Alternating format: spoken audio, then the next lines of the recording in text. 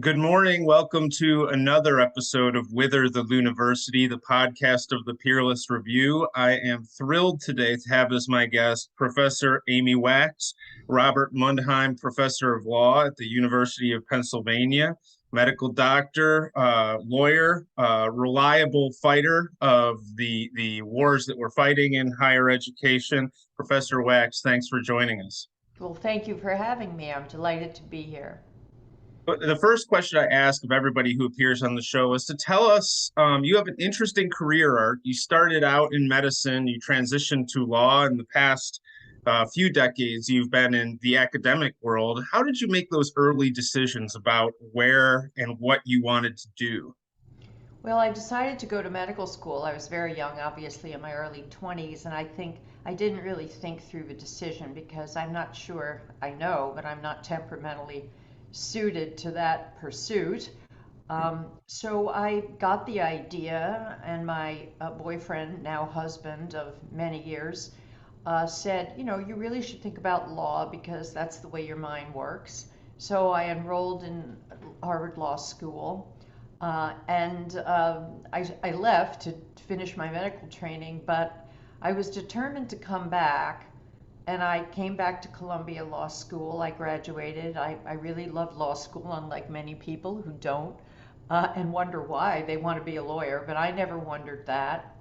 I did a clerkship on the DC Circuit, and then I went to the Justice Department under Reagan and Bush and worked in the Solicitor General's office, which is the best job any lawyer can have, looking at all the appellate cases that the United States is involved with, including cases before the Supreme Court of the United States. Back when I was there, which was the 80s, most people stayed 5 to 10 years and then left. Some people have stayed longer, but it was always in the back of my mind to be a law professor. I really enjoy exploring topics that are especially interesting to me. I enjoy teaching. I just wanted a more developed approach to law that was consonant with my interest. So I started teaching at University of Virginia. Luckily, my husband also, who's an oncologist, was there in the med school. And then we came to Philly because of some opportunities that were there at Fox Chase Cancer Center, and also Penn made me an offer. So I've been at Penn for 21 years, and I've never looked back or regretted anything I've done or any change I've made. It's really not terribly useful, I think, to ruminate over the past. I think my life has turned out well. I have a lovely family. I have three 20 to 30 something children. I now have two grandchildren. So I'm happy with the direction that I've taken. And until recently, when school and universities, I think, just went crazy in my mind. It's been really fun to be a law professor, to publish and to teach. Now it's not that much fun, and I'm not the only person who thinks that. I have colleagues who, behind closed doors and in private, tell me this, they're afraid of the students. The students can't take a joke. It's not fun teaching because you're always worried some student will, call you out for X, Y, or Z, and that's the atmosphere of the inmates being in charge of the asylum at law schools and more broadly. I'm sure this sounds very familiar to you. But I am Yeah. now 70, and I hope to teach for many more years, few more years, but we'll see because my institution has brought charges against me based on my speech entirely, of course. Yep. And this has been the focus of your work lately, fighting for your career and talking about ideas about how can higher education in the true sense persist. You came to a lot of people's attention through your speech. In an op-ed in 2017, you said that the nation is paying the price for the breakdown of the country's bourgeois culture. Later, talking with Glenn Lowry, you made the simple observation that Black students generally in law school did not finish in the top half of their class. And it seems to me that after these comments, the culture warriors on campus thought that they had their claws in you. And since then, it's been a fight going forward. I wonder, you mentioned faculty's fear of the students, but there's really a few players here. There's the administration, there's the faculty, there's the students, and then there's the media. And I wonder which ones of those you think are at the tip of the spear in terms of the revolution that's happening on campuses across the country. Is it admin? Is it really from the bottom up, from the students up, or is it top down, or some mixture? I think it's some mixture. I would identify the worst culprits as, the leadership of universities. And here I'm talking about university presidents and provosts and those types of people. And, I don't know what goes on in their mind. I do know that they have given in, they have capitulated to the worst sort of mindless, a hectoring by a relatively small group of activist students who also threaten their fellow students. And these people are, very vocal. They take to media, and the, rapid spread of allegations and information on the media certainly makes it worse, no question about it. And then, of course, as part of the corruption of higher ed, we see these massive diversity, equity, and inclusion bureaucracies, which every school has now, and the elevation of this idea of diversity and inclusion as the highest good of the university. You look at any university newsletter, any university alumni magazine, anything that comes out of the university, for the alumni and the public, and it is diversity, diversity, diversity, equity, inclusion, nonstop, and portraits of, discussions of individuals who are part of minority groups, who are individuals of color, and rarely celebrating and touting, not never, but less often celebrating and touting white people. I mean, let's be frank, right? Oh, and Asians, although Asians kind of are a shifting sand in terms of whether they're an oppressed minority or white adjacent. I can never keep up with it. But I think there's two problems. There are many problems with this glorification of diversity. First of all, it means that the university is really highly tendentious in its ideas and ideology. They don't seem to understand that there are tens of millions of people out there who don't give a hoot about diversity. They might welcome if it happens spontaneously according to rules that they do endorse, like the meritocracy, right, or color blindness. But if they were to list like their top 10 priorities for a school, a neighborhood, certainly, because white flight is alive and well, as you know, and people who can live in these white topias while lecturing the rest of us about diversity, of course. Right. Um, their workplace, they have other priorities. I'm one of those people, right? I wouldn't list diversity in the top 10 of what I want in a neighborhood. I would have, I would say safety, friendliness, neatness, um, you know, friendliness, Civic culture. civility, Yeah. civility, right? I mean, I could make a list. Beauty, nature, etc. So the university has kind of walled itself off from the reality of social life. The second thing it's doing that I think is extremely dangerous is it is threatening the meritocracy. People don't want to admit that when you mandate diversity and equity, well, equity means all groups have the same outcomes, okay? Then that cannot be done consistent with a single standard meritocracy. And why is that? For the deep, dark reason that no one wants to talk about, which is currently different groups perform not equally well on, the priorities that universities ought to have, which is to teach people hard things and prepare them to run a highly complex technological society. And this is like the last taboo. This is a third rail. Um, We have double standards all over the place, and people deny that they are double standards. And I'll just give you one example that just came across my desk, which is so typical. The American Board of Internal Medicine, which is a sophisticated organization that licenses and gives exams to people who want to become board ready doctors in internal medicine. It's a very difficult, long exam traditionally.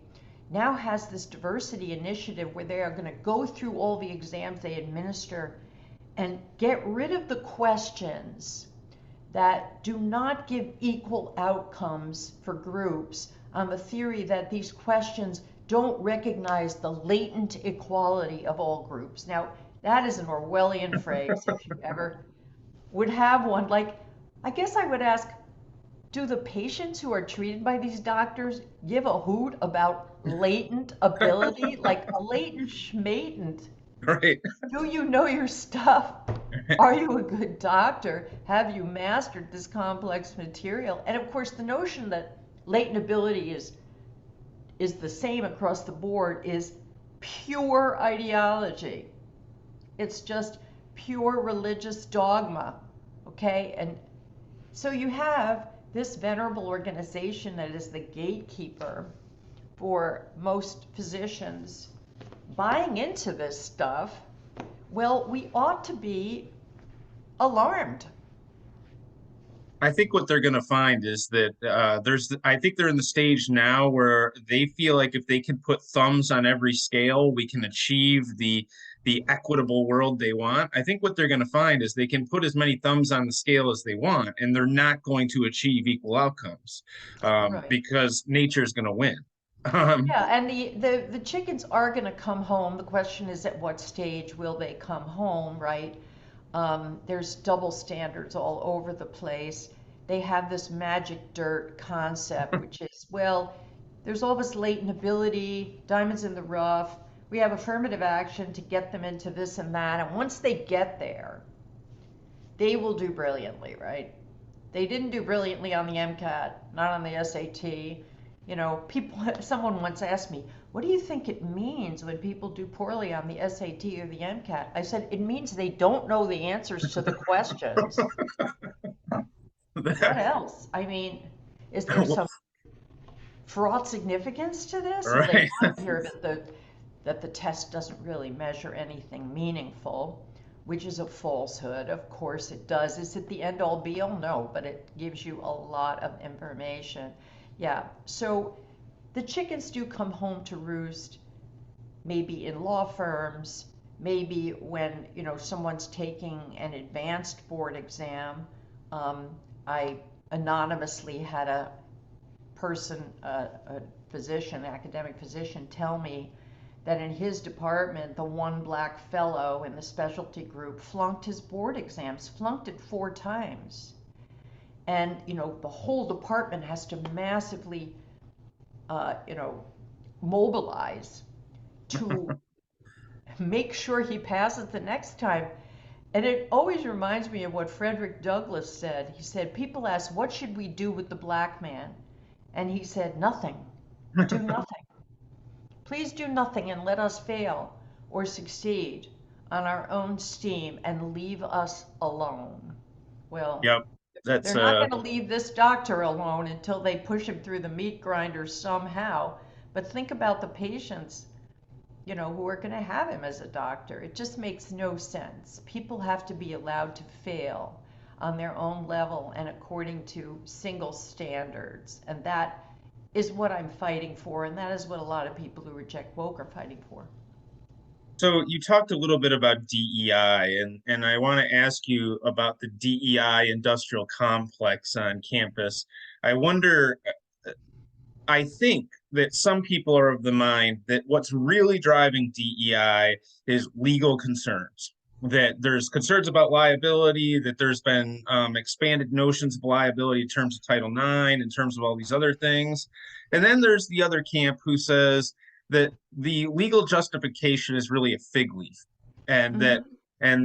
the administration and that woke bureaucrats want this kind of reign of terror on campuses, so that they can enforce their diktats as far as speech is concerned, curriculum is concerned, these kinds of other things. What do you think is driving it? Is it a truly legal interest, or is it an ideological?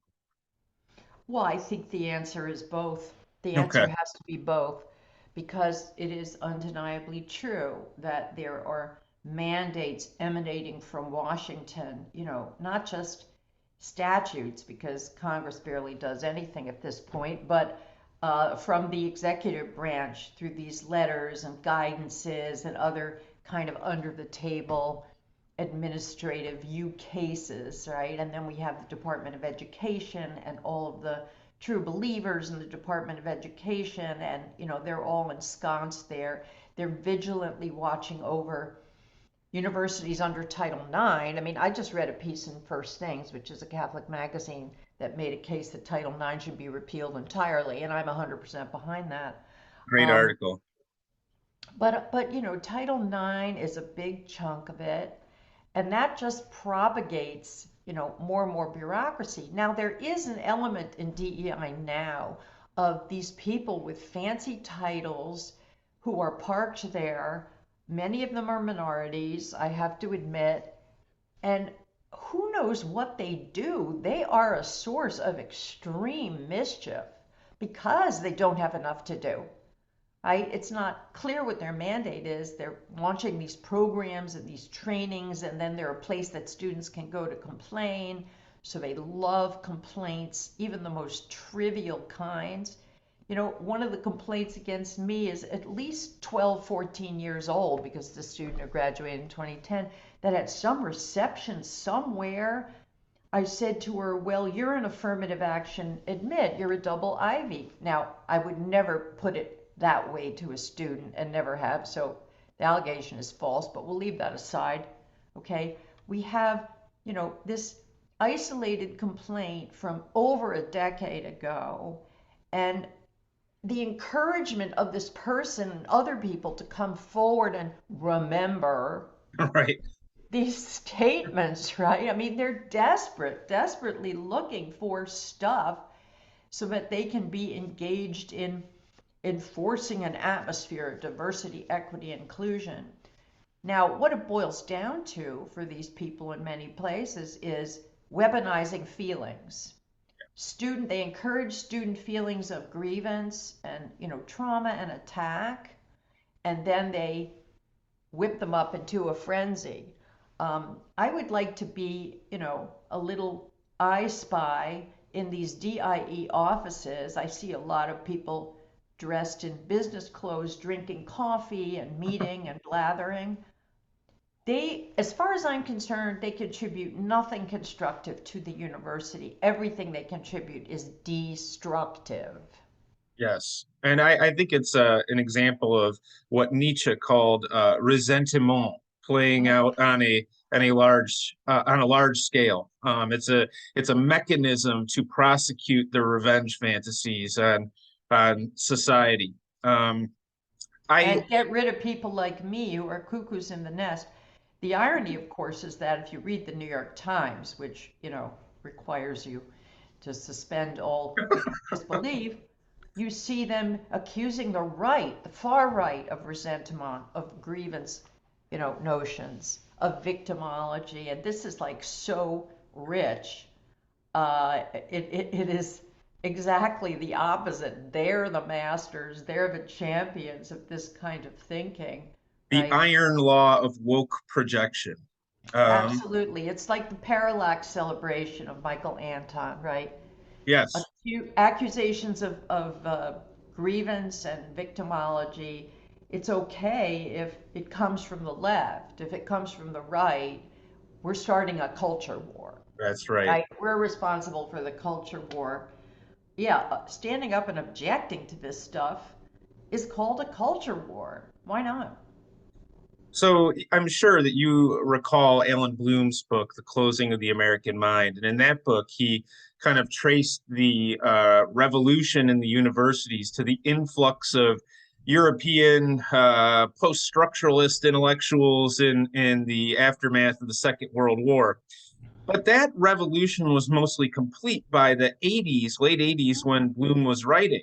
It seemed like I entered the university as a student in 1996, and it seemed like at that point it was a left institution, Hmm. but it was kind of, like it wasn't the fevered pitch of ideological conformity that it is now. I think that that process kicked off anew maybe 10 or 15 years ago, and it's just continued to amplify.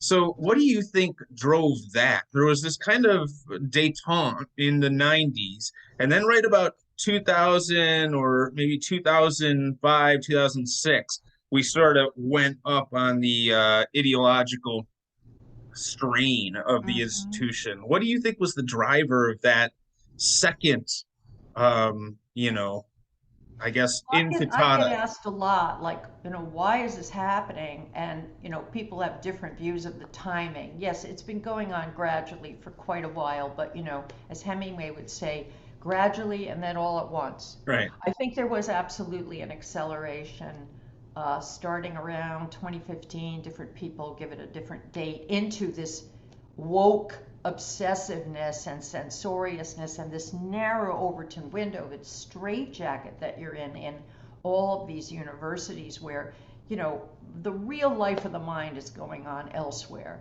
It's going on in blogs and in, Substacks and really interesting people who are no holds barred. In the podcasts, I've done many podcasts with very thoughtful people, and that doesn't mean there isn't any disagreement, but there's a frank discussion of the issues. So, what do I think is going on? I actually think there are two things that have really accelerated the trend, and I'm just speculating here. The first is the feminization of the university. More and more women as students, as graduate students, as professors in the administration, right? And there is very good data now, from the Center for Partisanship and Ideology and other places, including the Pew Charitable Trust surveys, that show that women have very different priorities on average than men. In the academy, men have the traditional interest in, open debate, truth telling, empiricism, the creation of new knowledge, what the university traditionally is for, and I'm all for. Women want, everybody to feel good. It's like if the baby's crying, pick it up. It's the values of the nursery and the kindergarten. Honestly, even women with very top flight education and credentials are obsessed with this stuff, and the two sets of values are in conflict. They are in conflict, right? So you can't have it both ways. But the women insist that this is the top priority. That's where you get diversity, inclusion, and equity. That's where you get all of this dumping on the meritocracy. It's white supremacy, it's white privilege, it's whiteness, all of that stuff. They use the racial language to advance their pet priorities. The second reason, I think, and it's one that people do not want to talk about, is that as time goes by after the Civil Rights Act, it becomes more and more obvious that blacks lag behind academically in skills and cognitive ability. Those numbers haven't changed. Okay, and there was this confidence that AA would solve that problem, society, passing civil rights laws would solve that problem, blacks would catch up, and they haven't caught up. And if you look at the data, it's pretty stark. I follow the psychometric data on cognitive ability and IQ and the genetics of that is more and more banished from the university. But because the bell curves are non-overlapping for, blacks, whites, Asians, there are almost no blacks with IQs above 135, 40. They're very, very few, much smaller than their proportion of the population. Well, unfortunately, the people who are driving forward our knowledge and technology in our very sophisticated society, they are disproportionately people with high intelligence. That is just a fact, right? It doesn't mean other people can't play roles, but it's very hard to, it's hard to be a Harvard math professor if you don't have two standard deviations out IQ. I'll just put that on the table. Okay, now you can pretend that someone who's further down the bell curve can keep up with the people who make it to the top, but they can't really keep up. So we now have this web of deception, double talk, delusion. You can read article after article after article about diversity and why there isn't more diversity, and it never mentions this, let alone the high crime rates among black people, which are still much higher, and the family breakdown among black people. I mean, you put these three trends together, and how can you expect groups to have equal outcomes, especially at the right tail of the bell curve? So what is this relationship of that to wokeness? Well, I think people are just frustrated and, discomfited by the fact that it's not happening the way they want it to happen and they predicted it would happen. And so they have to create an ideology that just by fiat says, we are going to make people equal. We're going to have black oncologists. We're going to have, black physicists. We're going to have black professors of computer science. We just are going to, by hook or by crook, by force majeure, and you can't say a word against it, shut up. If you point out that this is threatening to our society's long-term interests, to the meritocracy, etc., you will be drummed out of town. So it imposes this orthodoxy, and at the heart of it, I'm sorry to say, is race. Hmm. It is Black Americans and their fate in our society, and the refusal to accept that, so far we have not solved the problem of true equality. We have not. So at the beginning, you talked a little bit about colleagues who come to you behind closed doors to express support for you. I've had this kind of week. The new faculty that we've hired, who refer to themselves as the new diverse faculty, have issued more or less a slate of needs, capital NEEDS, that they need, interventions that they need in order to be successful. And in a department meeting this week, I said, I just don't understand why they need accommodations that other faculty have never had in getting tenure. I did, from one of my colleagues who's a woman, get an email about how horrified she was by my impoliteness in saying this. And then a number of colleagues did come to me behind closed doors and say, I agree with you, but I can't say it. They'll call me a racist. Um, Two questions for you. One, we're not going to win this until the people who agree with us, who are too afraid to speak, stop coming to us behind closed doors and start saying this stuff in open meetings, right? So, number one, how do we get them to do that? Number two, and you are a pro at this. This is one of the reasons why I've admired you so much over the time, is you just don't give a shit, right? Like if they hate you, if they at least from the outside, that's how it seems, right? And that requires some thick skin, because I think that everybody's nature is you want to be liked by your colleagues. You want to be liked by people. So, A, how do we get the people who agree with us but who are in the closet, so to speak, to come out of the closet? Two, how do we deal with the opprobrium that will be heaped on them for stating these heretical truths? Well, let's start at the end. I mean, it's not true that I don't care. I care on some level, but I am convinced that this is an important fight. I said at this Stanford Free Speech Conference I attended a few months ago, I remember the motto of my children's prep school, non-sibi, not for ourselves. We are not doing this for ourselves. We are doing it to preserve a glorious tradition and institution that have been built by those before us, often by great effort and sacrifice and faith, and do it for those coming after who deserve to inherit those institutions in their best form. So, I do it out of conviction. Do I like people shunning me and hating me and the sorts of things that are written about me? No, I don't like them, but I understand that it goes with the territory. Now, the problem of people grumbling behind closed doors but being afraid to stand up, I have no easy answer for that. I especially fault tenured professors, the old white guys, I call them, and gals, uh, but other people too, Um, they are in a position to do it, and it's a collective action problem. They really need to get together and, speak openly to their own administrators, their own deans, their own university presidents. This shall not stand. This is undermining us as an institution. Now, we do have organizations like the Academic Freedom Alliance, and they issue letters, very eloquent letters. But, as Stalin said about the Pope, how many divisions do they have? What kind of power do they have? Why should Penn care what the AFA says? Why should they care about this stuff in the first place? They have students applying in record numbers. They have, these hoodwinked alumni or indifferent alumni who are just addled and confused about issues like academic freedom, pouring money into these institutions.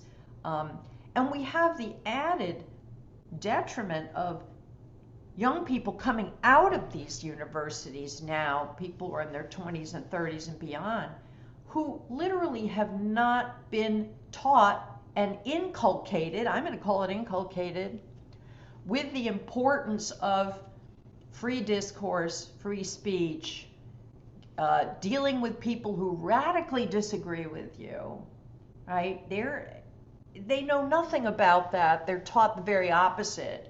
Fire them, get rid of them, make them suffer, shut them up. They're taught that. So that is a real impediment. I am not sure how to get people motivated. I've tried, other people have tried. People have this comfy life. And they have, these normie wives. People, that's not a nice thing to say, but it's accurate. They they don't want to rock the boat. And of course, the ultimate weapon is to call someone a racist. Right. And I've been called a racist so many times, I've just lost count, all right? It does lose its sting because the word is a bullshit word, Yes. right? It's a bullshit word that the left trots out under the guise that it's a description of something definite, which it isn't. But in fact, it's evaluative and it's meant to condemn. So the left has this whole roster of vocabulary that fits those characteristics. And you just have to call it out. I mean, noticing group differences, noticing pathologies in the Black community that hold them back, doing anything like that, right? Noticing, how sedulous Asians are and how much attention they pay to academics. This is all just, you can label all of that racism if you want, right? I mean, nobody calls them on it. What the academic administration should be doing, the deans, the professors, the provost, is take correcting gently or otherwise students when they go astray intellectually. And they're going astray all over the place. I mean, there's no effort to get them to think more clearly, get them to define their terms, any of the stuff that used to be the staple of intellectual life. I'll just tell one anecdote that illustrates this. A number of years ago now, I gave a talk at the University of Chicago to the FedSoc, the Student Federal Society chapter. At the end of my talk, this corn-fed, lovely young lady in the back, Midwesterner, says to me, well, isn't everything you're saying just a manifestation of white supremacy? I said, well, before I answer that question, you're going to have to define white supremacy. Please define white supremacy. This was at a law school. Silence. I got nothing out of her. I said, let me give you a piece of advice, right? Because I've practiced law for 8 years at the highest level, and I'm a law professor. Never use a term you can't define. That's fantastic. Yeah, I've been Oh, told I'm in people an told me English about that department. for years after. He said, I was there in the audience when you said that, and we just loved it. We, I work in an English department, and I've been told that grading grammar is white supremacy. I've been trying to get my colleagues to define social justice for a good 3 years ago, or 3 years now. None of them have taken a crack at it yet. Um, I have I one last hate that question. phrase, social justice. Oh, It is an abuse yeah, of the traditional notion of justice, which is, kind of the very opposite, which is just desserts that yeah. looks at Well, it's everybody also like, really as equal. who doesn't want a just society? Every single Oh, person in right. America wants a just society, right? Equal justice under law. That is what it says over the Supreme Court building.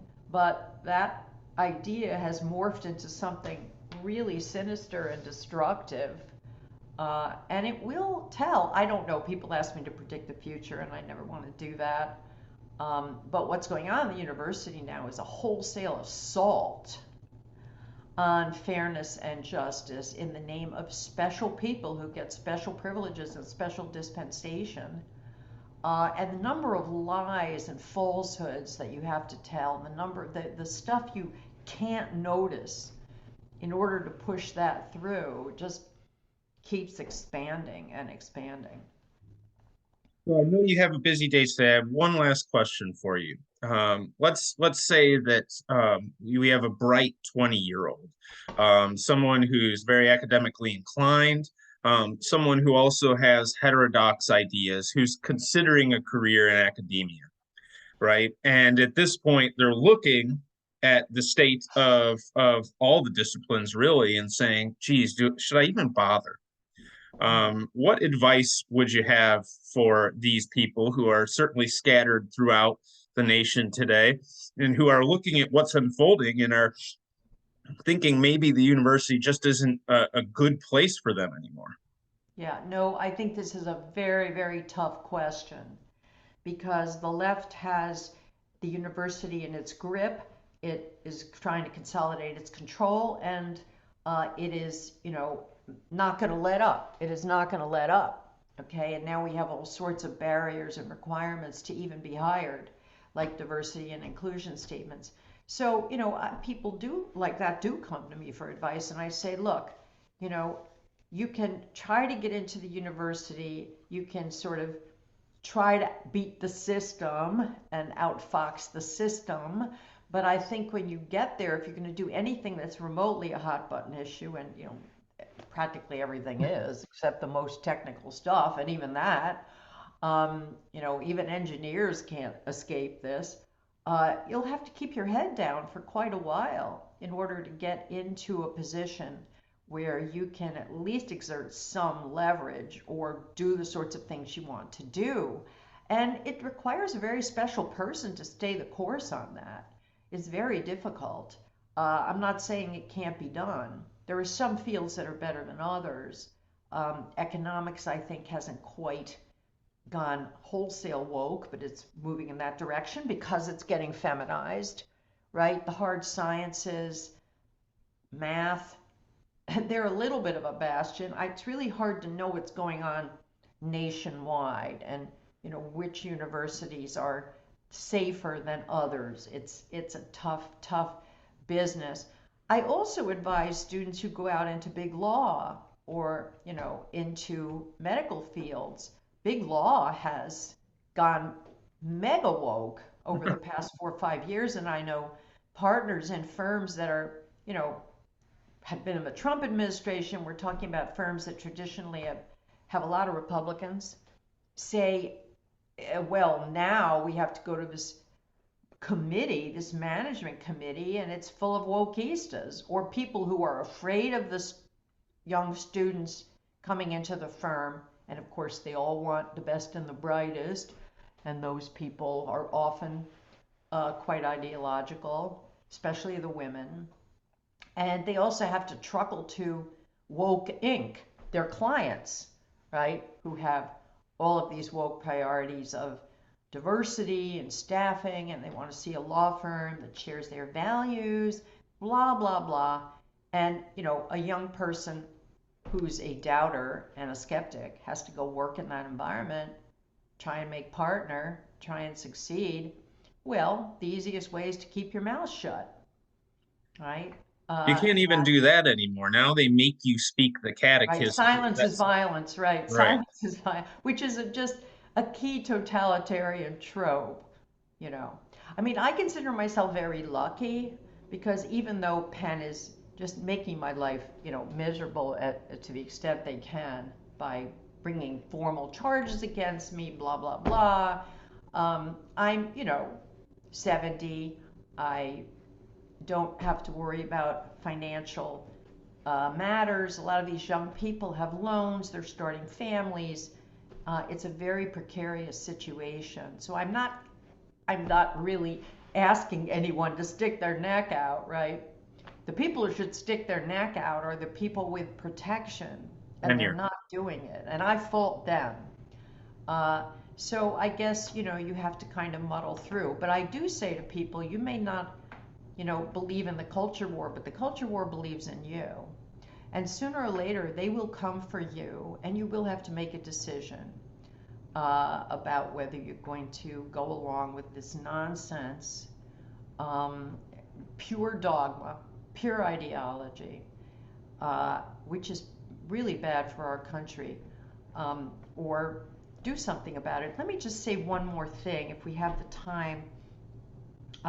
People ask me a lot about, how do we get rid of or temper critical race theory and other stuff that's being peddled in the university and also in K through 12, where it really doesn't belong at all. And having thought about it and responding to people, I realized that it's very hard to extirpate one view, which is that we have an irredeemably racist society that's front and center. We harp on that and all of the evidence for that. It's hard to banish that. But what we can do, and what I think politicians should do, like DeSantis, is introduce very aggressively balance into the discussion. If you're in academia today and you say, I want to teach a course that celebrates European culture and all of its achievements, basically the achievements of white people, let's be clear, right? Which are responsible for, let's be generous, 95% of modernity across the board in, government, administration, science, public health, transportation. The list goes on and on and on. Government, rights, law. They've done it Space all. exploration. Yeah. What? Space And exploration, yeah, everything. space exploration. Exploration not just of places, but of ideas. Uh, if you want to show young people what a glorious tradition they're carrying on, and using a book like Charles Murray's Human Accomplishment, which gets no attention as a wonderful book, well, that's because it's so lopsided, and tout it to the extent that it deserves, right, which is a lot of attention, uh, you can't do that. That's considered an affront. That's considered racist. That's considered white supremacy, white nationalism, whatever label they want to slap on it. And so as a result, nobody does that. Glenn Lowry, who I adore, of course, once said, well, that's so chauvinistic. I said, Glenn, look up the word chauvinism. It's excessive pride, right? What's the baseline here?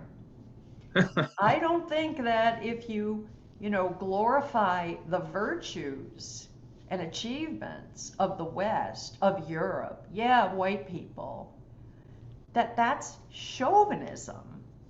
That's just the truth, what actually happened, right? And okay, we could spend all day and all month and decades trying to explain it. The left has explanation, colonialism and all sorts of nefarious forces emanating from Europe, suppressed everybody else. Well, that's just one hypothesis, folks. There are others. So all of that's been banished from the university. And there are these debates do take place elsewhere, and been banished from K through 12 as well. right? So students know nothing about British history, nothing about the Anglo-British legacy, the Anglo-American ideas that have made their way, nothing, zero. I mean, it's like a blank slate, about the glories of Victorian England, about, you know, the Anglosphere and its achievements. It's a Um, really shocking presentism. Like they don't even know the last 20 years of American well, history. right, I they mean, don't it's know the 20th century. right. They don't know five Except minutes Rosa ago. Parks, Rosa Parks and Martin Luther King, and even Martin Luther King's under his shadow because he's not woke enough. Right. Um, Yeah. yeah, so the ignorance is vast. And let me just say, I am going to have to go, but this is relevant to the question of teaching sexual and gender matters in the school. My view is there should be zero sex education in the school. Zero. These topics should never be addressed. And there are two reasons. Well, three reasons. First of all, that's the way I was educated and brought up, and it seemed to work fine. You had Um, children, right? You figured it out. yeah, and well, we figured it out at an age appropriate level. Right. And the second point is it ought to be figured out through private forces and functions, parents, civic organizations, religious organizations. It is not the government through the school's responsibility to teach people about these things because it's always infused with moral significance and purpose. And that is the bailiwick of parents. Parents want authority in this area. That is why they are rebelling, okay, against that. But the third reason is there are so many other things that students need to know. The time and energy is being taken up by these weird contemporary debates about queerness and transgenderism and sexuality and sexual identity. No, we need that mental space. We need that time in the school to teach them about, in a very deep way, our form of government. What is republicanism? Where does it come from? What motivated the founders, right? How do commercial societies work? Teach them, let's say, some economics. Teach them the appreciation for everything around them, which was invented almost entirely by Europeans, European males. Hey, I'm sorry, you know, but that's a fact. Um, all that stuff gets banished in favor of, do you feel like you're a little boy or a little girl? No, how do you feel? Anyway, that's all I have to Well, say. Professor Wax, you have been a breath of fresh air to me this morning, and I think you speak for many frustrated academics across the country. I wish you God's grace in your fight against Penn, and thank you for all the work that you do. Thanks for coming on the show. Thank you for having me. It's been a blast. Bye bye.